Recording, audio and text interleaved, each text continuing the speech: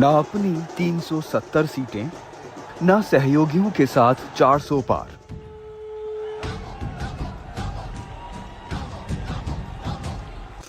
लेकिन तीसरी बार भी मोदी सरकार। –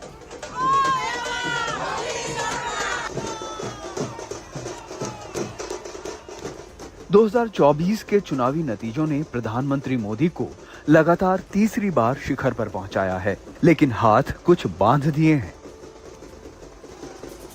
बीजेपी लगातार 2014 और 2019 में अपने दम पर बहुमत लाने के बाद इस बार कुछ पीछे रह गई है।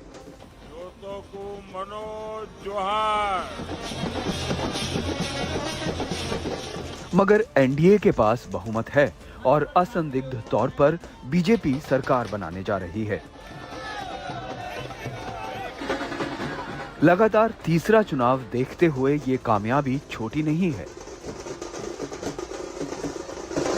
लेकिन अभी से ही बीजेपी को अपने सहयोगियों को जोड़े रखने की कवायद शुरू करनी पड़ी है।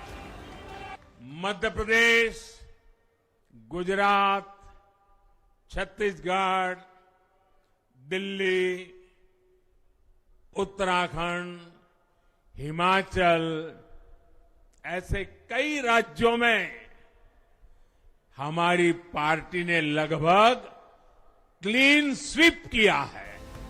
सूत्रों के मुताबिक पीएम मोदी ने चंद्रबाबू नायडू से बात की और अमित शाह ने चिराग पासवान से बात की। उन्होंने बाकी सहयोगियों से भी संपर्क किया।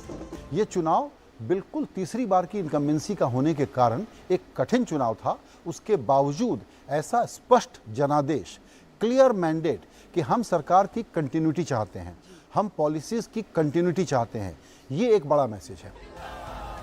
बहरहाल इन चुनावों के कुछ संदेश साफ हैं। प्रधानमंत्री के नाम पर चुनाव लड़ने की रणनीति एनडीए के काम आई।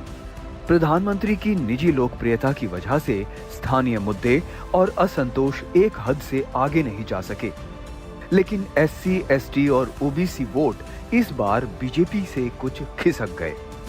47 दलित सीटों में 26 पर इंडिया आगे रहा, जबकि इनमें 17 एनडीए को मिली। लेकिन बीजेपी के कमजोर प्रदर्शन को करीब से देखें तो इसका ठीक राज ज्यादातर यूपी में फुटता दिख रहा है।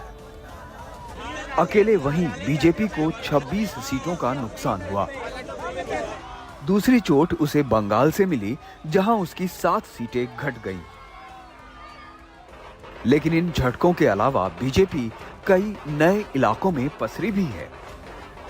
केरल में पहली बार बीजेपी को 1 सीट मिली। सुरेश गोपी ने ये जीत हासिल की। आंध्रा और तेलंगाना में उसने अपनी सीटें बढ़ाई। बेशक कर्नाटक में उसे कुछ नुकसान हुआ। इसी तरह ओडिशा में उसने शानदार प्रदर्शन किया। उड़ीसा में बीजेपी पूर्ण बहुमत से सरकार बनाने जा रही है। उसकी सीटें जो बीजेपी खुद सोच रही थी लोकसभा में, उससे ज्यादा सीटें उसको आ रही है। आंध्र प्रदेश में नायडू के साथ अब वहां पर वो गवर्नमेंट का पार्ट होंगे, जहां बीजेपी की मौजूदगी कभी कोई खास थी नहीं। इसलिए ये 2 नए इलाके थे, इन्होंने चुने थे। इनको मालूम था कि हम जहां पीक कर चुके हैं वहां सीटें कम हो सकती हैं, बढ़ेंगी नहीं, तो सीटों को हम कहां से लेकर के आए, ये इसमें देखने की बात थी। यानी बहुमत से दूर रहने के बावजूद बीजेपी का विस्तार हुआ है और इससे वो कुछ सांत्वना हासिल कर सकती है।